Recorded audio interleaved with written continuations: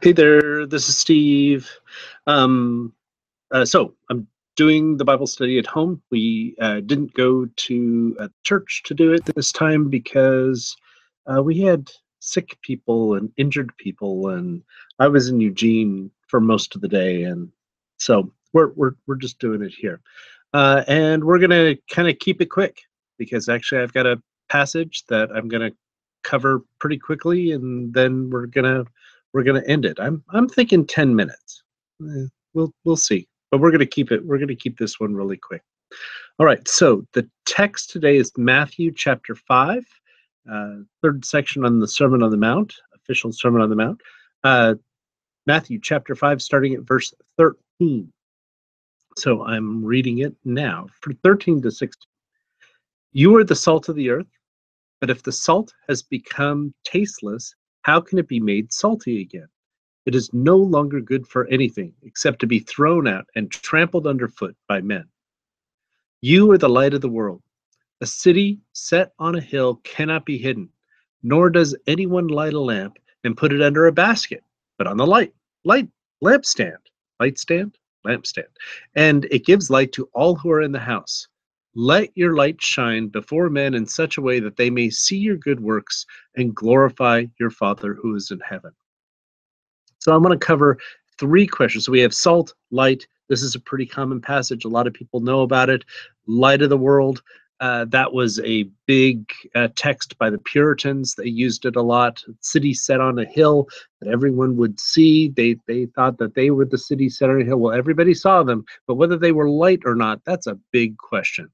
Um, and so let's just talk about just a few questions that I want to talk about this passage. So first of all, who is it that Jesus is talking about? It says, "You are the salt of the earth. You are the light of the world."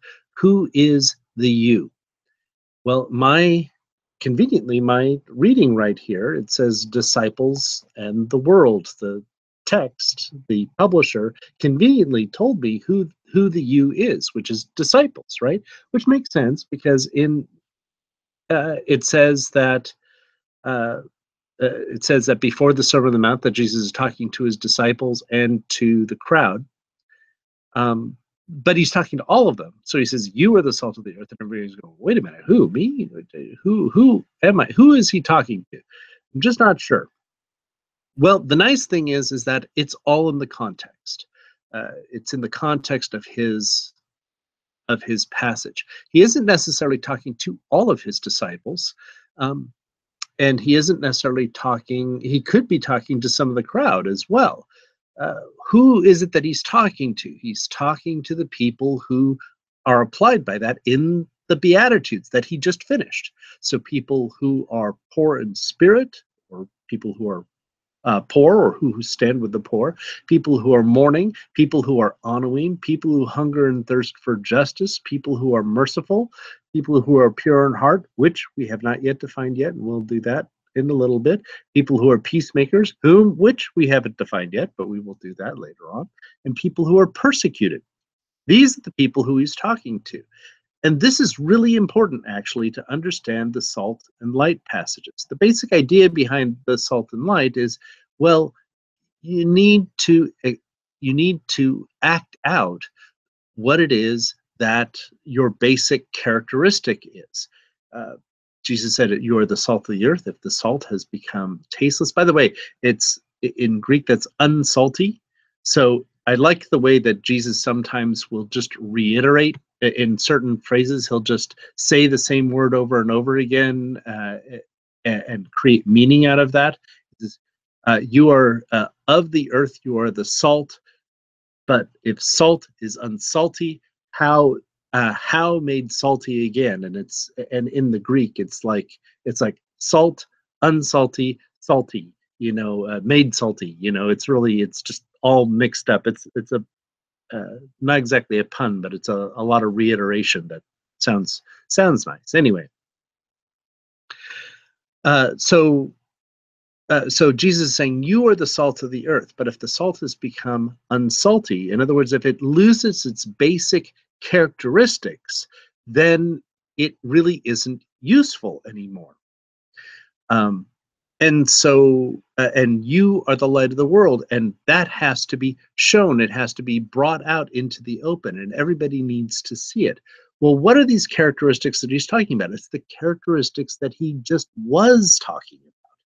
So the characteristic of being poor, of being outcast, of being persecuted, of being of desperate for justice, of being merciful, of making peace. These are the things that Jesus is saying that we should be out there and talking about, and the things that should be main characteristics. Nobody is really in line to be poor. Nobody really wants that. Nobody is really in line to be persecuted. Nobody wants that. But Jesus said, these are the things that are going to make you disciples who you are. So he's clearly, even if he is talking to disciples, and I think he is, I think he's really talking to a different kind of disciple than what we often see in the church. He's talking about not Christians, he's talking about disciples, people who are following him to such a degree that they are willing to take on poverty and willing to hunger and thirst for justice, and willing to mourn and willing to be persecuted. And so people who are going for the gusto, the extreme sports version of faith, these are the people who he's talking about. And I think it's interesting how he says here that it is no longer, if you are a disciple and these characteristics are leached out of you, you are no longer good for anything except to be thrown out and trampled underfoot by men. So these shadow disciples, these disciples who look like a disciple and they have the semblance of being a disciple, but they don't have the main characteristics of disciples. The main characteristics being poverty and persecution and mourning and hungering and thirsting for justice and peacemaking and mercy. Those characteristics, if they're not found there, then that kind of disciple is the ones that are worthy to be persecuted. Not the ones who are persecuted, but the ones who aren't persecuted are the ones who are worthy to be persecuted. They are the ones who are worthy to be thrown out and trampled underfoot by men. The shadow. So basically, what Jesus is saying here is, don't be a shadow disciple. Be an extreme sport disciple. Go the gusto. You know, don't be afraid of persecution. Now, Jesus never says to seek out persecution. He never says that. But he does say, don't run from it either. And when you get it, then be happy. Rejoice. We talked about that before. Same thing, and same thing with poverty. Jesus is not saying seek out poverty, but he's also saying don't run from it. Don't be afraid of it. You know, and we're actually going to cover that more later on in the sermon. You know, okay, yeah, it isn't a great thing to be hungering and thirsting for righteousness. That is not a good thing. Nobody wants to do that.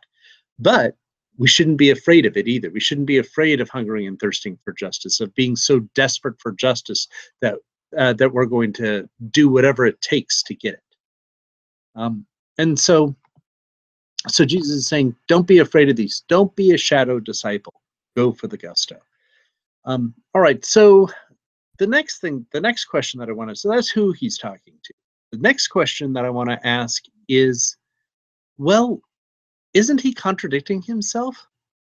I mean, now we're going to kind of peek ahead and take a little peek. We're going to look a little bit at the book, and then we're going to close it and pretend like we didn't see it, okay? So go ahead to chapter 6, the beginning of chapter 6, where Jesus is talking about giving alms and praying and fasting. And when he talks about those things, he's basically saying, hey, these good works, shut up about them, don't tell anybody, and don't let anyone know that you're doing them. So if you're giving charity, don't let your right hand know what your left hand is doing. If you are praying, pray in a closet. Just don't tell anybody about them. But here he's saying, you know, if you need to let your light shine, so that way they can see your good works and glorify your Father who is in heaven. Well, Jesus, which is it? Am I supposed to hide my good works, or am I supposed to let everybody see my good works? which is it? And Jesus is very clearly saying, absolutely let people see your good works and go ahead and proclaim it and let everybody know that you're doing good works. However, don't think that almsgiving or giving to charity, that prayer and fasting are good works. Because if we're doing it, once again, we're looking a little bit ahead. If we're doing it for the sake of trying to impress other people, then it isn't a good work. We are supposed to talk about the actual good works that we do. That he's not just talking about motivation. By the way, he's talking about the way we do things. The hypocrites, when they give, they blast trumpets. He says they make announcements about how it is that they should be giving. That telling everybody, hey, look at me, I'm giving, because they want everybody to know. That's not, and Jesus is saying, we're not supposed to do it with the purpose of letting everybody know. We're supposed to be doing it with the purpose of loving other people. We're supposed to be loving other people, and then we can let people know. But it's not supposed to be that we love people or we do good to people in order to let people know. And this is tricky, and this is where motivation comes in. But I'll tell you, it comes through in how we give to people. I was talking to somebody the other day about how they just how much they were giving to the homeless and everything was good, and uh, uh, they were so impressed by themselves about how much they were giving and how they were able to talk on the news channels, and the news was giving them publicity all around the world because they were so generous to the homeless. And then I was talking to the person, say, well, maybe your next step should be getting homeless people and getting them involved in service and getting them in leadership. And she's just like, oh, well, we were told by the police that some of them are sexual deviants and we shouldn't actually have them in our thing. Well, she's clearly doing it for the publicity because she feels good, but she's not doing it for the people that she's trying to serve, because she thinks that they're deviants, or she was told that they were deviants anyway. And that's the way that she's going. She's putting down the people that she's trying to serve. She's not acting out of love. And I think in the end, if we are acting from love, then we are going to do everything we can to raise those people up and to help what we can. And we're not going to just all of a sudden tell a stranger how we can't trust these people. It's not the way that isn't the way that love works. Anyway, so I don't think that Jesus is contradicting himself. I think that Jesus is talking about the things that we often think are good, that people think are good, often is not. And the things that people aren't impressed by, in other words, the actions that we do that make us outcast and make us persecuted, those are the things that we should be boasting about. I find it very interesting that Paul in 2 Corinthians says, I may be insane, but I'm going to boast about the things that I got persecuted about. Here, let me tell you about all the different persecutions that I had. And he says he's going to let everybody know about how he was beat up by these people and rejected by these people. And maybe that's something that we should, maybe that's what Jesus is talking about, that we should be boasting in the things that are in the Beatitudes.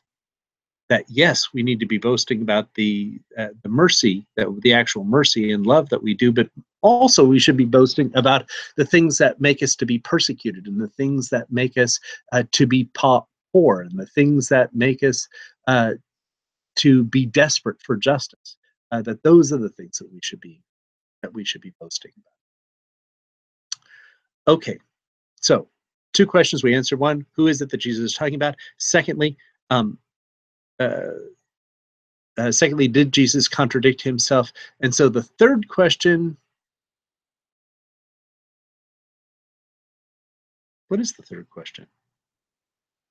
Sometimes I should write my outlines out so that way I can remember what it is that I'm saying.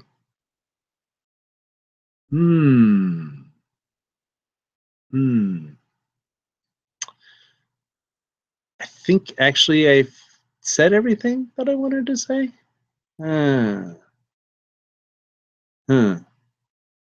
Maybe I did. Okay. All right. Well, I did have a third question. And if it comes up, if I think of it, maybe I'll write it in the in the conclusion or something like that. I guess what I'm really all I'm trying to say from this passage is that this kind of reiterates the importance of the Beatitudes. Jesus is absolutely not saying just to disciples in general, look how important you guys are. He's saying if you really want to be a disciple, you've got to recognize that these characteristics that are in the Beatitudes, that they are the ones that are really significant. These are the things that are important, not how much Bible study you do, not how much praying you do, not how long you pray, not not how often you go to church, not what denomination you belong to or what it is that you believe. Those are all insignificant. What it is that Jesus is saying is that if you want to be important, then you need to be poor. You need to be poor in spirit, standing with other outcast people. You need to be mourning, especially being with those people who are suffering in their lives. We need to be honoring. We need to be outcast and rejected. We need to be hungering and thirsting for justice. We need to be merciful. We need to be pure in heart in the way that Jesus says that we should be pure in heart.